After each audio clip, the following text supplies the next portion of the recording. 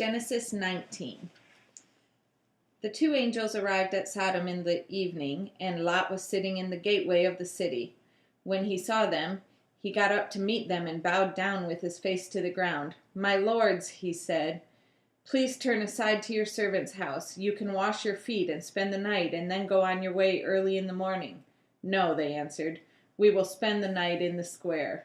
But he insisted so strongly that they did go with him and entered his house. He prepared a meal for them, baking bread without yeast, and they ate.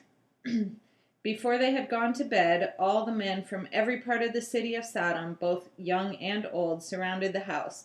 They called to Lot, "Where are the men who came to you tonight? Bring them out to us so that we can have sex with them." Lot went outside to meet them and shut the door behind him and said, "No, my friends, don't do this wicked thing. Look, I have 2 daughters who have never slept with a man. Let me bring them out to you, and you can do what you like with them. But don't do anything to these men, for they have come under the protection of my roof." "Get out of our way," they replied, and they said, "This fellow came here as an alien, and now he wants to play the judge. We'll treat you worse than them." They kept bringing pressure on Lot and moved forward to break down the door. But the men inside reached out and pulled Lot back into the house and shut the door. Then they struck the men who were at the door of the house, young and old, with blindness, so that they could not find the door. The 2 men said to Lot, "Do you have anyone else here, sons-in-law, sons or daughters, or anyone else in the city who belongs to you? Get them out of here, because we are going to destroy this place. The outcry to the Lord against its people is so great that he has sent us to destroy it." So Lot went out and spoke to his sons-in-law, who were pledged to marry his daughters. He said, "Hurry and get out of this place, because the Lord is about to destroy the city." But his sons-in-law thought he was joking. With the coming of dawn, the angels urged Lot, saying, "Hurry, take your wife and your 2 daughters who are here, or you will be swept away when the city is punished."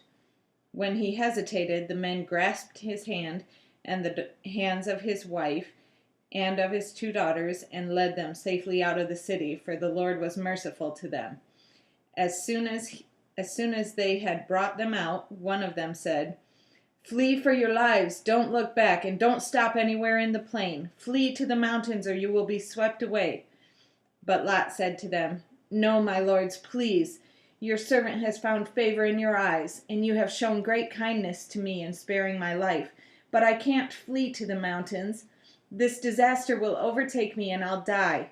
Look, here is a town near enough to run to, and it is small. Let me flee to it. It is very small, isn't it? Then my life will be spared." He said to him, "Very well. I will grant this request too. I will not overthrow the town you speak of, but flee there quickly, because I cannot do anything until you reach it." That is why the town was called Zoar. By the time Lot reached Zoar, the sun had risen over the land. Then the Lord rained down burning sulfur on Sodom and Gomorrah from the Lord out of the heavens.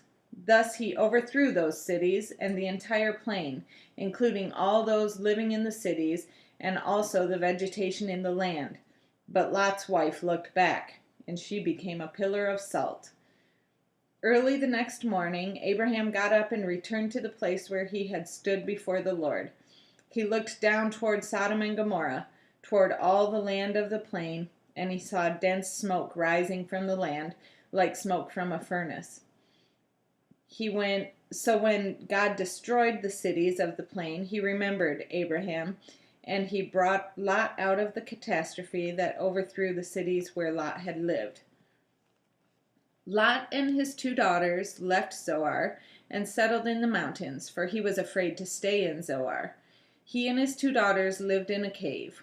One day the older daughter said to the younger, "Our father is old, and there is no man around here to lie with us, as is the custom all over the earth. Let's get our father to drink wine and then lie with him and preserve our family line through our father." That night they got their father to drink wine, and the older daughter went in and lay with him. He was not aware of it when she lay down or when she got up. The next day the older daughter said to the younger, "Last night I lay with my father. Let's get him to drink wine again tonight, and you go in and lie with him, so we can preserve our family line through our father." So they got their father to drink wine that night also, and the younger daughter went and lay with him. Again, he was not aware of it when she lay down or when she got up. So both of Lot's daughters became pregnant by their father. The older daughter had a son, and she named him Moab. He is the father of the Moabites of today. The younger daughter also had a son, and she named him Ben-Ami. He is the father of the Ammonites of today.